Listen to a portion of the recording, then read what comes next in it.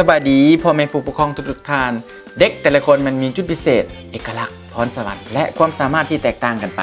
บางคนอาจจะเก่งวิชาวรรณคดีบางคนอาจจะเก่งวิชาคณิตศาสตร์บางคนอาจจะเก่งกีฬาหรือบางคนอาจจะเก่งศิลปะและการแต้รูปสิ่งที่สำคัญก็คือพ่อแม่บุควรเปรียบเทียบลูกของตัวเองใส่กับลูกของคนอื่นบุควรเปรียบเทียบอ้ายใส่กับน้องหรือบุควรเปรียบเทียบน้องใส่กับเอื้อยเพราะจะเป็นการบั่นทอนชีวิตจิตใจของเด็กและจะเป็นการตัดนอแหนงพัฒนาการของเด็กนั่นเองเพราะเดิมพรสวรรค์และความสามารถของเด็กแล้วแม่นมีอยู่7อย่างพื้นฐานข้อที่1ก็คือเก่งทางด้านตัวหนังสือและตัวอักษรเด็กเหล่านี้เมื่อใหญ่ขึ้นมาจะเก่งวิชาวรรณคดี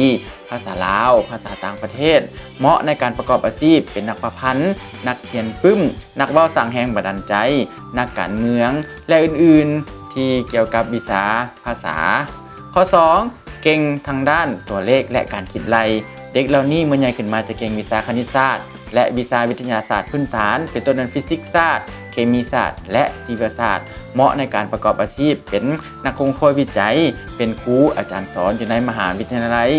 หรือเป็นนักออกแบบสถาปัตย์และอื่นๆที่ใช้วิชาคิดไล่ข้อ3เก่งทางด้านกีฬาและการเคลื่อนไหวออกกำลังกายต่างๆเด็กเหล่านี้จะมักเคลื่อนไหวไปมาอยู่ตลอดบ่อยู่บ่เซาตลอดเวลาจะมีร่างกายที่แข็งแรงกว่าเด็กทั่วไปเมื่อใหญ่ขึ้นมาจะเหมาะในการประกอบอาชีพเป็นนักกีฬา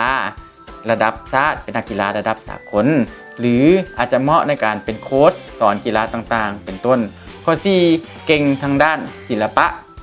ดนตรีและการแต้มรูปเด็กเหล่านี้จะมีพรสวรรค์ทางด้านการเต้นการร้องเพลงการเล่นดนตรีและการแต้มรูปเมื่อใหญ่ขึ้นมาจะเหมาะในการประกอบอาชีพเป็นดีเจเป็นพิธีกรผู้กำกับหนังและอื่นๆที่เกี่ยวกับศิลปะและดนตรีข้อ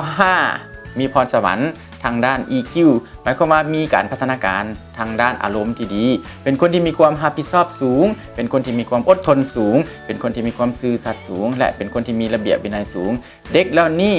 เมื่อใหญ่ขึ้นมาสามารถประกอบอาชีพได้หมดทุกอย่างเฮ็ดหยังก็ประสบผลสำเร็จในชีวิตข้อ6เก่งทางด้านการปลูกฝังและการเลี้ยงสัตว์หมายความว่าเด็กเหล่านี้จะมักฮักในธรรมชาติมักฮักในการปลูกฝังฮักสัตว์ฮักดอกไม้ฮักต้นไม้และฮักพืชต่างๆเมื่อใหญ่ขึ้นมาจะเหมาะในการประกอบอาชีพเป็นชาวเกษตรกรในการปลูกข้าวหรือว่าเป็นผู้ประกอบการที่สามารถต่อยอดผลผลิตได้จากผักหมักไม้และสัตว์สวัสดิ์สิ่งต่างๆข้อ7ก็คือมีมนุษยสัมพันธ์ดี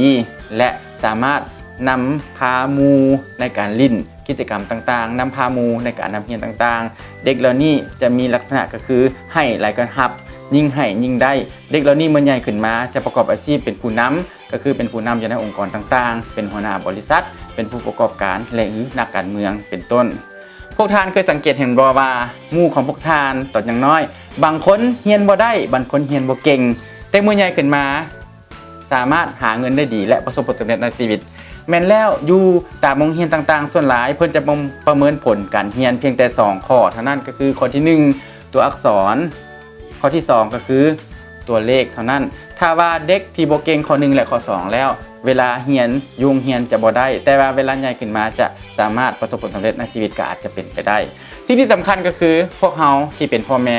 ควรส่งเสริมพรสวรรค์และพัฒนาจุดแข็งของลูกให้สามารถเปลี่ยนเป็นอาชีพได้เด็กส่วนหลายจะมีพรสวรรค์ประมาณ2-5อย่างและจะแสดงศักยภาพและพรสวรรค์ออกมาประมาณตอนอายุ3ปี50ปีนั่นเองสิ่งที่สำคัญก็คือพ่อแม่ควรสังเกตว่าลูกของเขาเก่งทางด้านใด